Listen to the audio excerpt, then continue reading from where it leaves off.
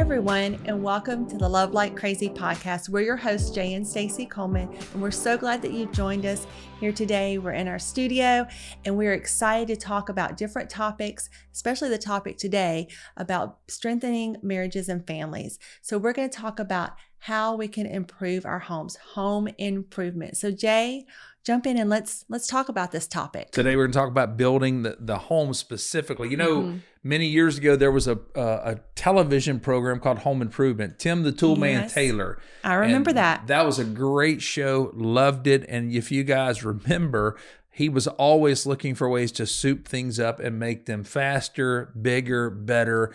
And unfortunately, we all laughed a lot, but it's sad to say that in that show, a lot of times they made him look like an idiot and the mom looked like a hero.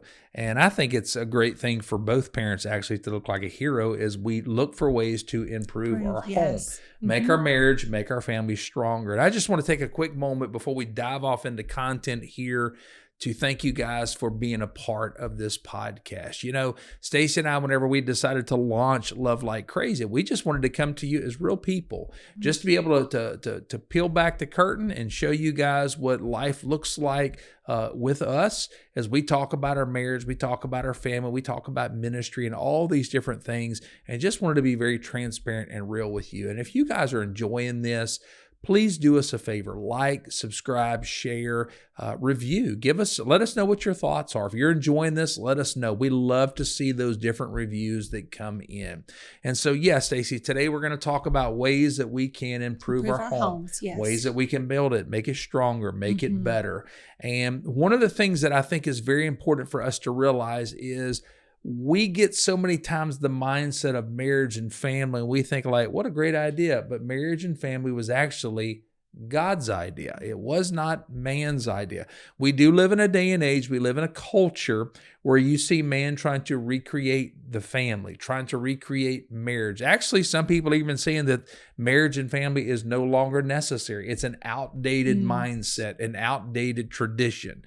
Well, here's what I want you to understand. When you go back into Scripture, you look in Genesis chapter 2, you see the creation, you see man, you see woman. And before Eve came along, Adam is there. He's by himself. He has this task from God to name all of these animals. And it says in Genesis 2:18, the Lord God said, it is not good for man to be alone.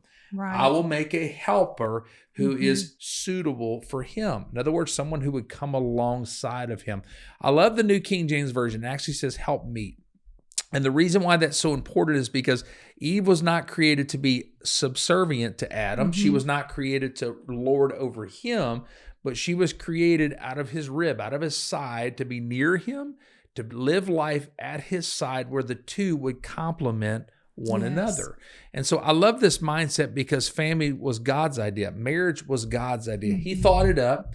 He created it, and it is absolutely wonderful and beautiful to see marriage and family. Absolutely. And I think also if we're going to talk about home improvement and the different things that we can do to improve our lives, we need to think too that we're a team. Husband and wife are a team in this marriage. Well, you know, whenever I do premarital counseling, I always hammer that thought away again and again and again. Everything you do, whenever it comes to communication, when it comes to finances, when it comes to dealing with conflict, all these things, as husband and wife, you are a team. You have to be in unity. And you need a team mindset. Absolutely. You cannot think of yourself as I'm the hero here. I'm the only one who's running the show here. Guess what? As my wife, I need you just as much as you need me. Yes. And so when it comes to the mindset of marriage, here's another thing you need to understand as well. Married or not, you need companionship. Absolutely. Man was not created to go through life alone. I like to say this. I've shared this with our church family before. When you isolate yourself, when you try to go through life and do things on your own, you get weird. Okay. You get weird? You do. Okay. I am fully convinced that if you isolate yourself and do things by yourself, you push everybody else away, you have the tendency to get a little weird. Oh, okay? No one ever needs to isolate. We all need community. We need each other. And here's what happens. If you're thinking about this right now, you're like, wait, I don't know anybody who's weird. Maybe you're the weird one. I don't know.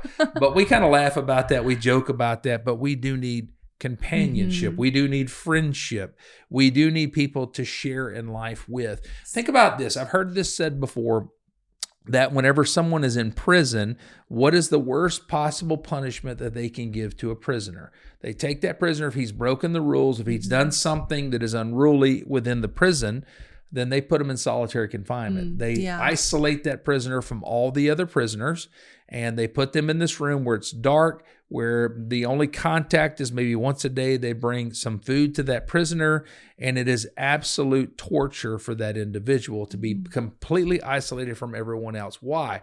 Because we see from Genesis that we were intended to share in life with other people. Now we see in Genesis 2, we're talking about the context of marriage. We see family come into the picture not long after that, as God gives them the mandate to be fruitful and multiply. But with that in mind, we need to understand that we were created to share in life with other people. Yes, I agree. Now, here's the thought behind that, because we're talking about home improvement.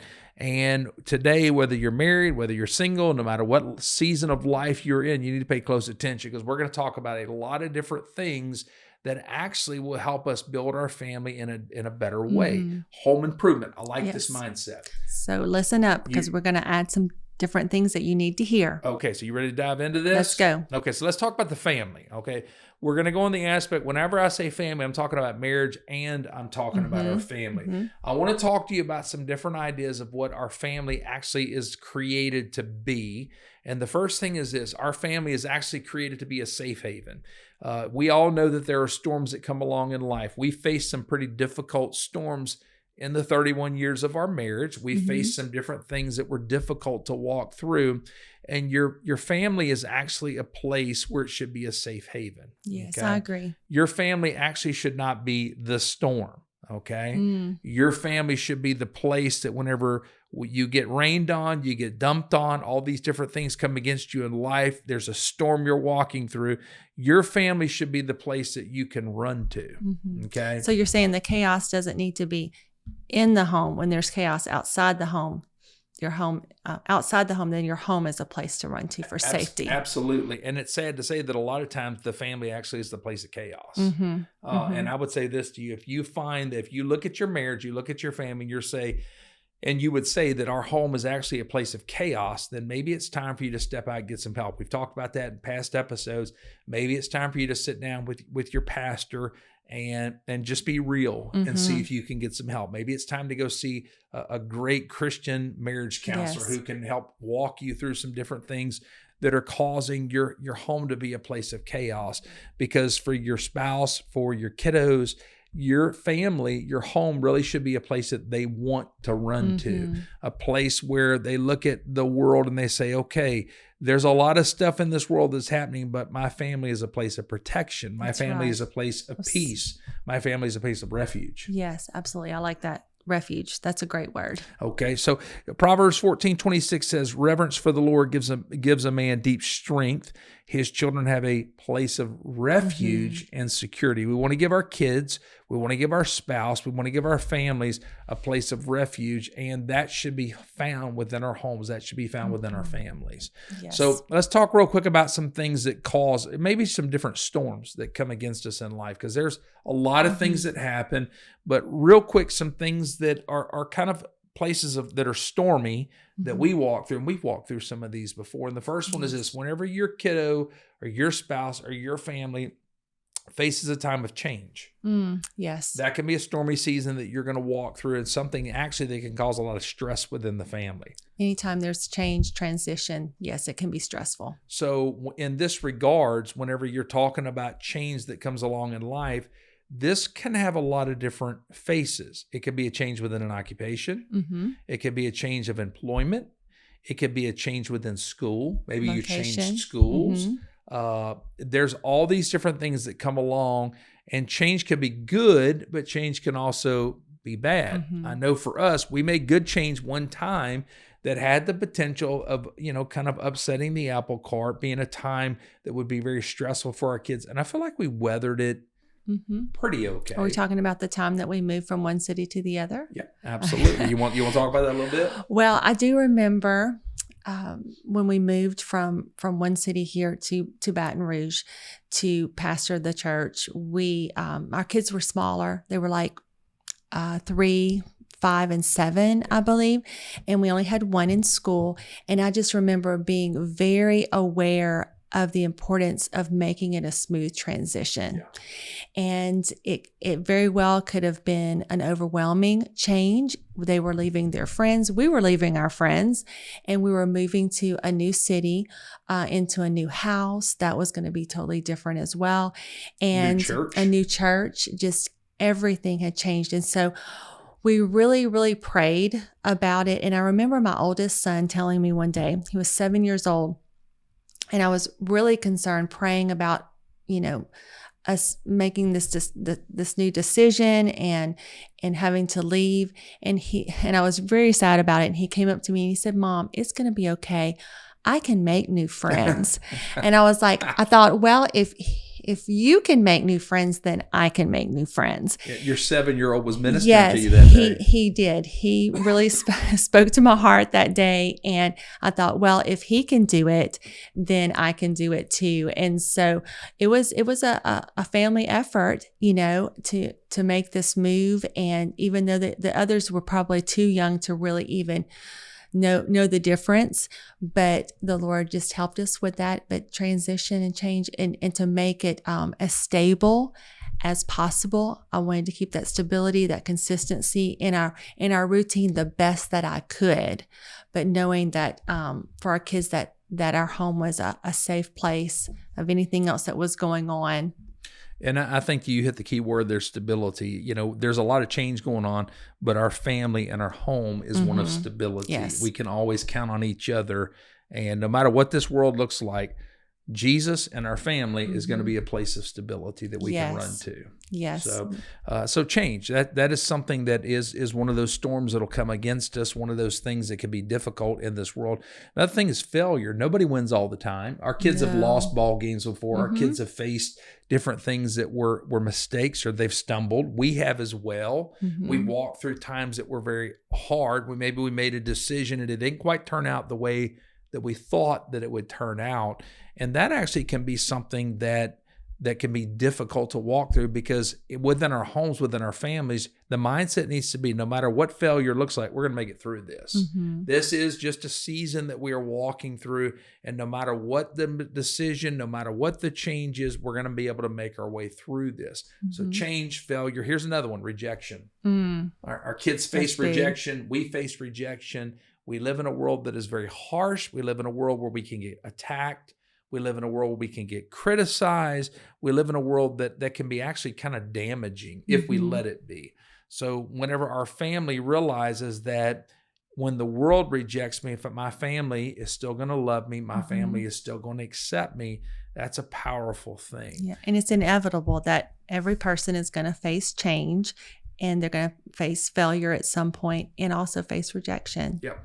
And if you're of the mindset, hey, we hear you talking about these things that we face in this world, change, failure, rejection. Those are all, difficulties that we walk through, storms that we walk through.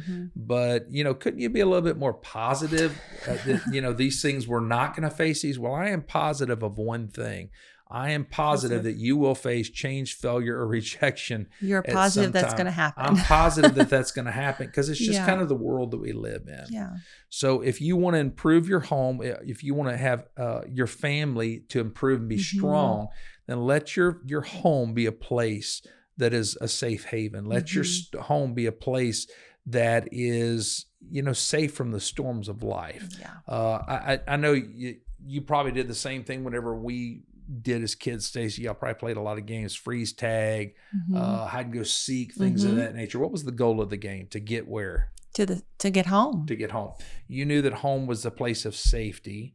You knew that home was the place where you needed to get to, because nobody could tag you. Right. Nobody could get you if you got home. Yeah, you were safe. You got home. There it is. Safe you when were you got safe. home. And in this regards, the goal within the game was to get home. But our goal with our kids, with our family, is to get home. We know that if we can get home, we will be safe. Even though the world may beat us up a little bit, my home is going to be a shelter, a safe Yes. haven for me to run to. And a refuge. A refuge. I like it. So first things first, we're talking about home improvement. If you want your home to be a place where you're constantly working on it, you're constantly improving it, then let your family be a safe haven in the world that we live in. I like the next one. And this one is actually not original with me. I don't remember where I heard this. It was years ago. I heard another minister say this, and it just kind of rang in my heart. And it's this: our home or our family is to be a learning center in life. What are we doing with our kids? We're training them. We're Training them for life. discipling them. We're what? We're training them for life. That is absolutely correct. All right, so Stacey, as we were, raising up the boys, when you were training them and teaching them when they were babies, when they were little, what was it you were trying to train them and teach them towards? Oh, the simple things like learning how to talk and walk and, say their first words, all the fun things. How to get out of a diaper. They won't like us saying how to that potty on train. here. But truth be told, it's you're basically, as you raise your children up, your home, your family is a place where you are trying to teach them for what life is going to hold. I want to read this to you. Psalms 144:12 says, "May your sons," now it's written in the male vernacular, but it goes across for daughters and sons. "May our sons flourish in the youth like well-nurtured plants." I love this verse because how do you get a plant to be strong and healthy? You nurture it, you pour into it, you water it, you trim it, you make sure that you take care of that plant as best as possible. And it's our plan as parents to be able to nurture our children like that and take care of them. That's our role, is to nurture them and to teach them and train them. And so your family is to be that place where you are teaching them in life. Now, so if you want your home, your family to be a place that is constantly improving and growing and moving forward, safe haven, a place where you're training and teaching them for life. I like the next one because I think that this is something, I felt like we did this one well, but our family's a place, it should be a place of fun. Where you have a lot of fun. You cut up, you act silly. I believe, this is just my opinion, that God intended for the family to be a place where you can kick back, you can relax, you can be yourself, you can cut up together, you can just enjoy life. Yeah. And I felt like we actually did a pretty good job with it. Now, it's just my opinion. I'm sure I know that there were areas we dropped the ball, but the truth be told, it's an area I felt like it was kind of like one big adventure after the other. And we've always tried to make time for our family and what we call family time and family nights and stuff like that. And I think we sowed a lot of seeds when they were younger. And so now that they're even grown and married, they still like to hang out with us. They still like to be around us and each other. So I feel like that's an accomplishment in itself, but we have to be intentional to make that fun family time together. I mean, like hanging out with your kids, letting them jump on the bed from time to time and just jumping on the bed with them. I don't know, just having different moments, like enjoy the moment that you have with them. Now, the boys would actually probably say that, we let our grandkids get away with a lot more than they did. I probably would let our grandbabies jump on the bed faster than I want to let my boys. I know the boys jumped on the bed. The bed springs, told that tale. But there were probably things where we kind of like, don't do that. And now that we're a little bit older, we recognize the value of just sometimes letting them have fun. Our kids, we must discipline our children. We've talked about that before. But I believe that they understand that we are called to discipline them, but they also want to be able to have fun with you. They also want to be able to have those moments where you're laughing together, you're cutting up together. You're doing something as an adventure as a family. And two, I think that, when you do that with them when they're little, you spend that kind of time with them. Then when they become adults and your parent-child relationship changes, when you're both adults, then you have that adult kind of friendship and it makes it a lot easier for that transition to take place. Yeah. Ecclesiastes says, as Ecclesiastes 9:9 says, enjoy life with your wife whom you love. I like that. Enjoy life with your wife whom you love. Now, it's going beyond just the spouse. I believe it also applies to the family as well. But just to enjoy one another's company, to laugh together, to relax together. And here's why this is so huge. You only have your kiddos for a short season. For a certain amount of time. And you need to be in the moment and enjoy your time with them because that season, you think it takes forever. And sometimes it feels like forever, but in actuality, it really goes by so quickly. It seemed like we always had littles running around once in diapers and all this kind of stuff.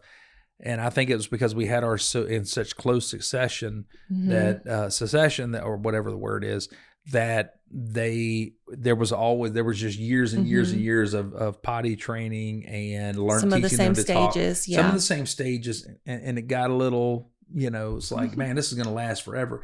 But once they were all out of that, it was like, first of all, we got a raise because we don't have to pay for diapers anymore. But the next thing, it was like, man, there were things about that season that you really did miss. Yes. The times when they would just want to come cuddle up with you on the couch and snuggle. So you miss out on that. So the point of it all is, if our families are to be a place where we're trying to improve our home life, improve our marriage, improve our family, safe haven, a place where your kids are learning, you're teaching them, but a place of fun as well. You've only got them for a short season. And Psalms 127 it reminds us that children are a heritage, a gift from the Lord. A gift from the Lord, like how it says this, they are a reward from Him. And so we have to have that mindset. And the time that I have with my kids is growing shorter and shorter.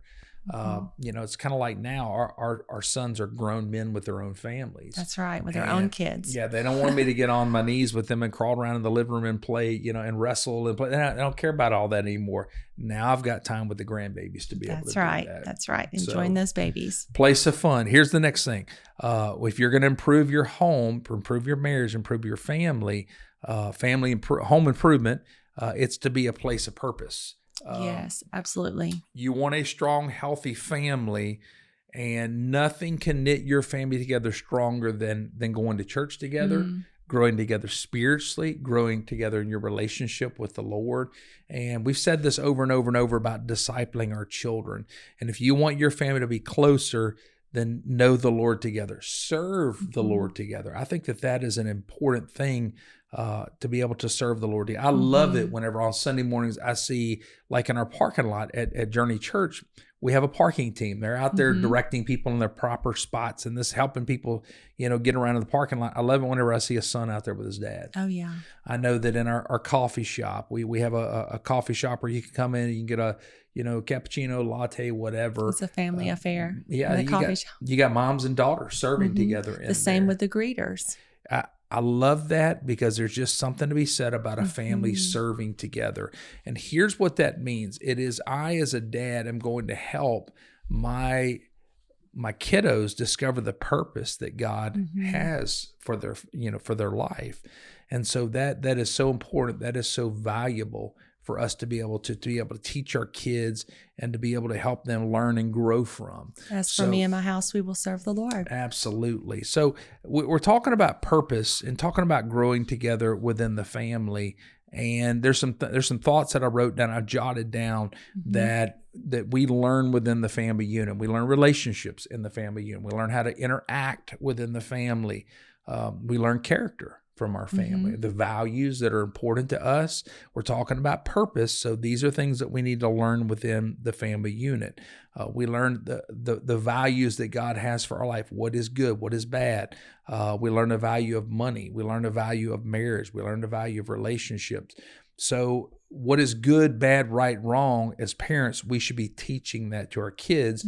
And as they discover the purpose that God has for them, they're going to live that out in the right way. Yes. So, we're talking about our family growing stronger, the improvement, being stronger and stronger day in and day out. So one of the things that I think is valuable in this, we're talking about values as well, is that our family is a relay of values from one generation to the next. Oh, that's good. We recognize that we were able to teach our children things, but now we have the opportunity. We're not parenting our grandkids, but we do have the opportunity to speak into their lives as grandparents. A special place in their life. That's right. Here's a cool thing.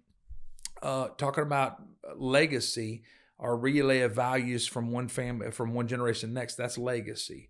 I look at my family and I see the legacy that was kind of cool, that my great-grandfather was a minister, and now here I am all these years later, and I'm a minister. You go throughout our family, you see several individuals who were ministers of the gospel. And that is legacy that is taught through the godly values brought down generation after generation after generation. So, I just think that that's so cool. And I love how we have the opportunity to impart that into our grandkids. I agree. You have anything else you want to be able to share in this episode? I just think that it's important that we be mindful and intentional in everything that we do with our kids and with our spouse, and learning how to depend on Jesus. Yep. So, safe haven, place of fun, a place where we're teaching purpose, a place where we're learning about different things in life. All these things help make our family stronger and healthier, make our family stronger and healthier. So it's been a lot of fun today. So today, before we end this episode, real quick, hope you guys have learned some great stuff from this. Some things that you can apply within your family. And if you've enjoyed this, like, subscribe, share, make sure that you give us a review. We love to read about those different things. And it's been great to be able to share this time with you today. As always, I'm Jay. And I'm Stacey. And this is Love Like Crazy.